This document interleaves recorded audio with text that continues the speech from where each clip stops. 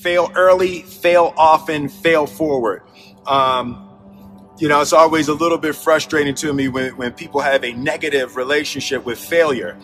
Failure is a massive part of being able to be successful. You have to get comfortable with failure. You have to actually seek failure. Failure is where all of the lessons are. When you go to the gym and you work out, you're actually seeking failure. You want to take your muscles to the point where you get to failure, because that's where the adaptation is. That's where growth is. Successful people fail a lot. They fail a whole lot more than they succeed, but they extract the lessons from the failure and they use that, the energy, and they use the wisdom to come around to the next phase of success. You gotta take a shot. You have to live at the edge of your capabilities.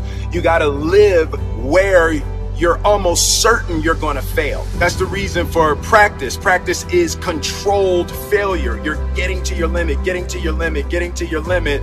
You can't lift that. You can't do that. Until you get to the point that all of a sudden your body makes the adjustment and then you can do it. Failure actually helps you to recognize the areas where you need to evolve. So fail early, fail often, fail forward. Aristotle said you are what you repeatedly do. Therefore, excellence ought to be a habit, not an act. Don't ever forget that. George Washington Carver said, when common people do common things in uncommon ways, they command the attention of the world. I just described your grandmother. I know you're tough. I know you're seaworthy, but always remember to be kind. Always. Don't ever forget that. Ego is the anesthesia that deadens the pain of stupidity. Pride is the burden of a foolish person. You'll never be a great shipmate. You'll never be a great executive. You'll never be a great teammate if it's all about you. You'll never be a great supervisor or council person if it's all about you. You'll never be a great staff member if it's all about you. Rather, make sure that servant's towel is always big. On President Cropper's bookshelf, in his bookshelf, he has every book from Plato's Republic to Lessons in Leadership by Coach Wooden.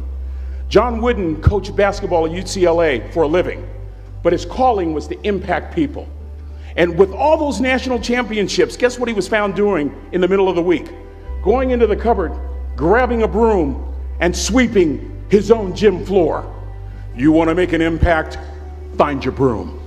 Every day of your life, you find your broom. You grow your influence that way. That way you're attracting people so that you can impact them. Final lesson. Son, if you're going to do a job, do it right.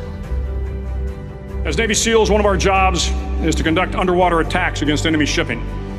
We practice this technique extensively during training. The ship attack mission is where a pair of SEAL divers is dropped off outside an enemy harbor and then swims well over 2 miles underwater, using nothing but a depth gauge and a compass to get to the target. During the entire swim, even well below the surface, there is some light that comes through. It is comforting to know that there is open water above you. But as you approach the ship, which is tied to a pier, the light begins to fade. The steel structure of the ship blocks the moonlight. It blocks the surrounding street lamps. It blocks all ambient light. To be successful in your mission, you have to swim under the ship and find the keel, the center line, and the deepest part of the ship. This is your objective. But the keel is also the darkest part of the ship, where you cannot see your hand in front of your face, where the noise from the ship's machinery is deafening, and where it gets to be easily disoriented, and you can fail. Every SEAL knows that under the keel, at that darkest moment of the mission, is a time when you need to be calm, when you must be calm, when you must be composed, when all your tactical skills, your physical power, and your inner strength must be brought to bear. If you want to change the world, you must be your very best in the darkest moments. The 9th week of training is referred to as Hell Week. It is 6 days of no sleep, constant physical and mental harassment, and one special day at the mud flats. The mudflats are an area between San Diego and Tijuana where the water runs off and creates the Tijuana Sloughs, a swampy patch of terrain where the mud will engulf you. It is on Wednesday of Hell Week that you paddle down in the mudflats and spend the next 15 hours trying to survive this freezing cold, the howling wind, and the incessant pressure to quit from the instructors. As the sun began to set that Wednesday evening, my training class, having committed some egregious infraction of the rules, was ordered into the mud.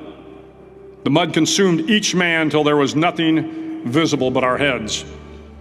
The instructors told us we could leave the mud if only 5 men would quit.